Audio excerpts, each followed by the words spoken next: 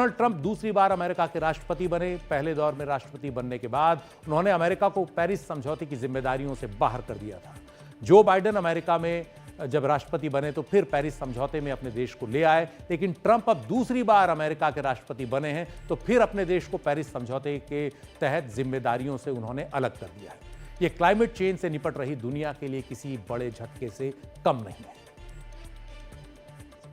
देखिए, अमेरिका एक कहते हैं लीडर है, वर्ल्ड लीडर है और लोग उसकी तरफ देखते हैं कि वो क्या डिसीजन ले रहे हैं।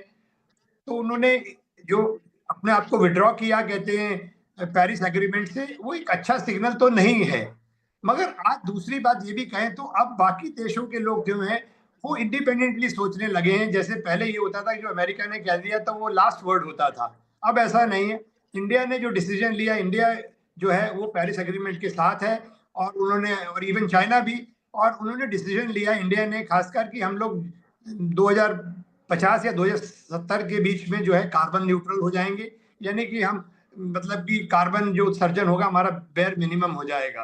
तो वो एक अच्छा स्टेप है इंडिया की तरफ से। और मैं दूसरा ये मानता हूँ कि अब हम लोग जो है हमारी जो लीडरशिप जिस तरह से की है वो इंडिपेंडेंट डिसीजन ले रहे हैं। तो मैं इस स्थिति को एक अपॉर्चुनिटी मानता हूँ कि हम लोग सोलर एनर्जी को इस समय जो है उसको बिल्कुल बढ़ावा दें। क्योंकि हम लोग अमेरिका ने कहा है कि वो लोग अपना ट्रम्प का कहना है ड्रिल बेबी ड्रिल, यानी कि अपना ऑयल निकालो, ज्यादा से ज्यादा निकालो, फॉसिल फ्यूल को यूज करो।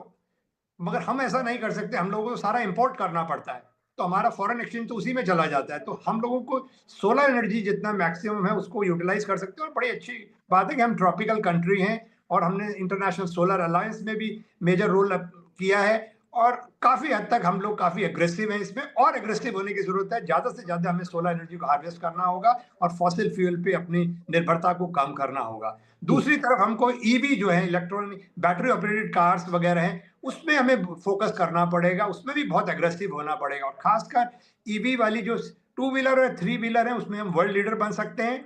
फोर व्हीलर्स में हम थोड़े पीछे हैं अभी, मगर उसमें भी हमें एग्रेसिव रोल करना होगा और कॉम्पिटिटिव स्पिरिट को बढ़ाना होगा। ऑलरेडी आपकी देखा होगा, चाहे मारुति हो, चाहे टाटा हो, चाहे महिंद्रा हो, ज्यादातर कंपनीज ने ईवी अपनी कार्स लॉन्च की हैं बाजार के अंदर। उधर आपके एलन मस्क भी आने वाला है। पर मैं फिर भी जानता हूँ कि कंपटीशन अच्छा होगा और हम लोग और एग्रेसिव होंगे और वर्ल्ड लीडर हमें बनने की अपॉर्चुनिटी है हमारे पास। और हम लोगों को एक दिशा भी दे सकते हैं कि भाई देखिए, हम अपनी तरफ से कार्बन उत्सर्जन को कम से कम कर रहे हैं और ज्यादा से ज्यादा हम लोग फोकस कर रहे हैं सोलर एनर्जी हार्वेस्टिंग पे और इलेक्ट्रॉनिक व्हीकल्स के ऊपर। तो ये मुझे लगता है अपॉर्चुनिटी हमारे लिए। जी,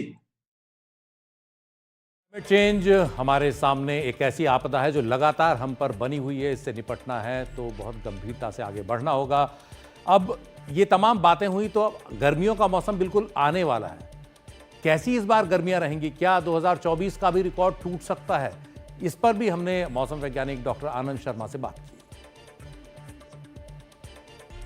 देखिए, इस बार मौसम विभाग ने जो पूर्वानुमान जारी किया है तो उनका मानना है कि तापमान जो है सामान्य से ज्यादा रहेंगे और हीट वेव जो है वो भी थोड़ा लंबा खींच सकती हैं और उनकी फ्रीक्वेंसी और इंटेंसिटी भी ज्यादा हो सकती है। मगर देखिए, एक चीज इसमें ये याद करने की बात है, ये सब निर्भर करेगा कि पश्चिमी विक्षोभ की फ्रीक्वेंसी और इंटेंसिटी मार्च और अप्रैल में खासकर कैसी रहती है। अब आपने देखा ही, अभी एक पश्चिमी विक्षोभ जो आया था इतना जबरदस्त एंड ऑफ फरवरी में, उसका इन्फ्लुएंस आप देख रहे हैं कि लोग मान के चल रहे थे कि मार्च शुरुआत ही बहुत जबरदस्त होने वाली है इस बार गर्मी से, मगर इस समय बहुत प्लेजेंट है, बल्कि दोबारा से सर्दी वाले कपड़े निकल आए हैं। तो ये कहना एक तरफ तो ठीक है, इन जनरल ट्रेंड जिस तरह से ग्लोबल वार्मिंग है, क्लाइमेट चेंज हो रहा है, अर्बन हीट आइलैंड इफेक्ट जो हो रहा है, सिटीज जो है आपको दिख रहा है कंक्रीट में तब्दील हो रही हैं और एसीज और गाड़ियां जिस तरह से हीट को पंप कर रही हैं एटमॉस्फेयर में, और जो बिल्डिंग्स, ये जो सीमेंट लोहा सब एब्जॉर्ब करता है धीरे धीरे रिलीज करता है, उससे सिटीज के टेम्परेचर भी बढ़ रहे हैं। तो वो एक इश्यू तो हमारे सामने है ही, बट उस पर भी साथ साथ निर्भर करेगा इंटेंसिटी एंड फ्रीक्वेंसी पे। मगर फिर भी हमें तैयार रहना चाहिए। यदि ज्यादा हीट वेव होती है, गर्मी पड़ती है, तो हमको उसके लिए तैयारी कर रखनी चाहिए अपनी। और समय समय जब मौसम विभाग उसकी कहते हैं अर्ली वार्निंग देगा लू की और हाई टेम्परेचर्स की, तो वो लोगों को उसको सुनना चाहिए और उसको फैक्टर करना चाहिए अपनी डे टू डे प्लानिंग के अंदर, जिसे हम कहते हैं be weather wise and climate smart.